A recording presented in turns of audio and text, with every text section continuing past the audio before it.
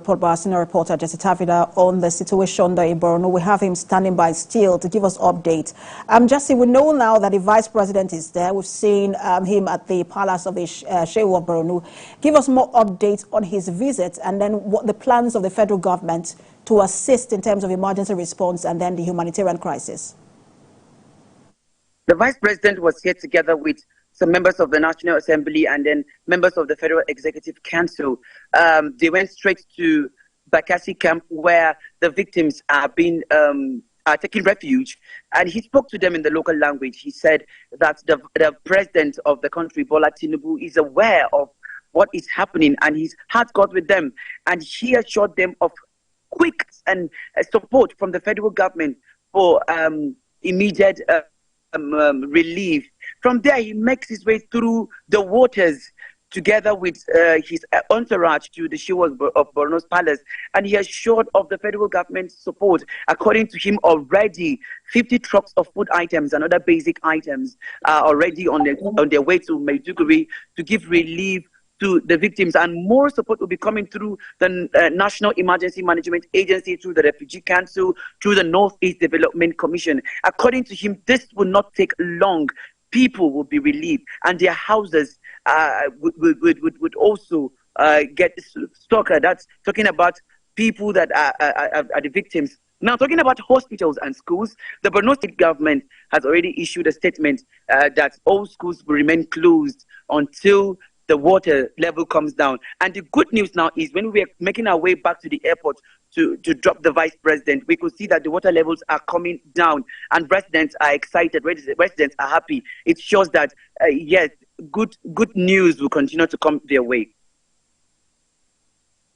Thank you so much, Jesse, for that update. I know that we'll continue to speak with you because this is an ongoing crisis. Thank you, Jesse. And just to what Jesse was speaking about earlier, the response of the president, who has expressed deep concern about the flooding in parts of Maiduguri. He condoled with the government and people of the state, especially families that have lost their means of livelihood due to the disaster triggered by the collapse of the Alau Dam. The president has called for the immediate evacuation of people from affected areas as relevant authorities assess the damage caused by the flood. The president assured Governor Babagana Zulum that the federal government is ready to collaborate to address the immediate humanitarian needs of the affected people. He also ordered the National Emergency Management Agency to assist the flood victims.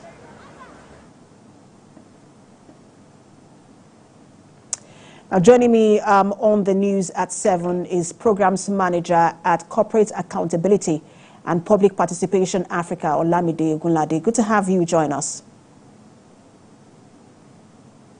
We seem to be having network challenges there. We'll try and reconnect with Olayemi to have that conversation. But let's turn to more reactions to this particular crisis. The Nigerian Governors Forum has sympathized with the government and people of Borno and Yobe states as flooding ravages parts of Maiduguri city and Jere in Borno state, as well as some local government areas of Yobe.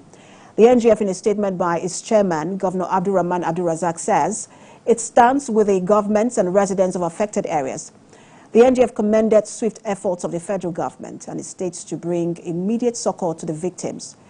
Similarly, the Governors Forum sends its condolences to the government and people of Niger State on the death of 48 people and several livestock in a petrol tanker explosion along Bida-Agay-Lapai Highway in the state. The forum says the incident again underscores the need for all road users to prioritize safety at all times.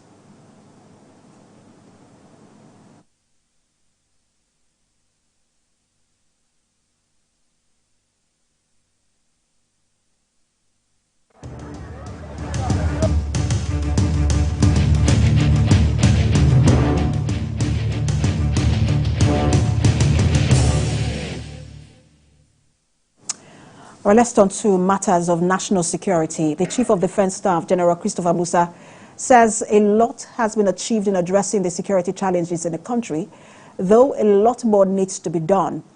The Chief of Defense Staff at a press conference earlier today in the nation's capital is calling for inclusive efforts to tackle these issues. The Chief of Defense Staff, who gave updates on military operations across the country, said the military has gotten intelligence of possible movement of terrorists towards the Kainji National Park in Niger State. General Musa assured that as school resume, efforts have been put in place to keep students safe, while schools in isolated places will be relocated to safer locations.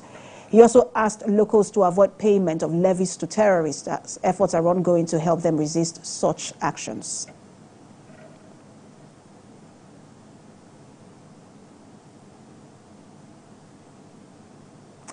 Our defense correspondent Stephen Essien is standing by for more updates on the briefing by the Chief of Defense Staff. Stephen, a lot to unpack when you look at the briefing by the Chief of Defense Staff, but give us more updates.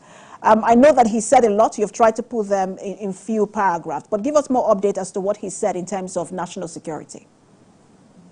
Number one, the Chief of Defense Staff acknowledges that there are security challenges across the country, from the northeast to the northwest to the north central to the south to the southeast. And he has also called for inclusive action of stakeholders, you could call them, as well as locals in the communities affected by insecurity, to work closely with security forces to address the issue. He acknowledges that without the assistance or support of the locals, very little can be achieved by security forces alone. That's why he called for the inclusive efforts. But he also notes an interesting thing he notes or announced is the launch of a new operation in the Northwest. Actually, several operations in the Northwest will be fused together to form one operation. In other words, the Northwest will become a theater akin to what we have in the Northeast, where Hadinkai is the code name for the operation. Particularly concerning is the statement coming from the CDS where he mentioned intelligence as regards movement of terrorists, towards Niger State. That's the Kainji National Park. Did he mention, if there's anything being done to forestall that particular, suspicion or intelligence that they got that that park is going to be attacked?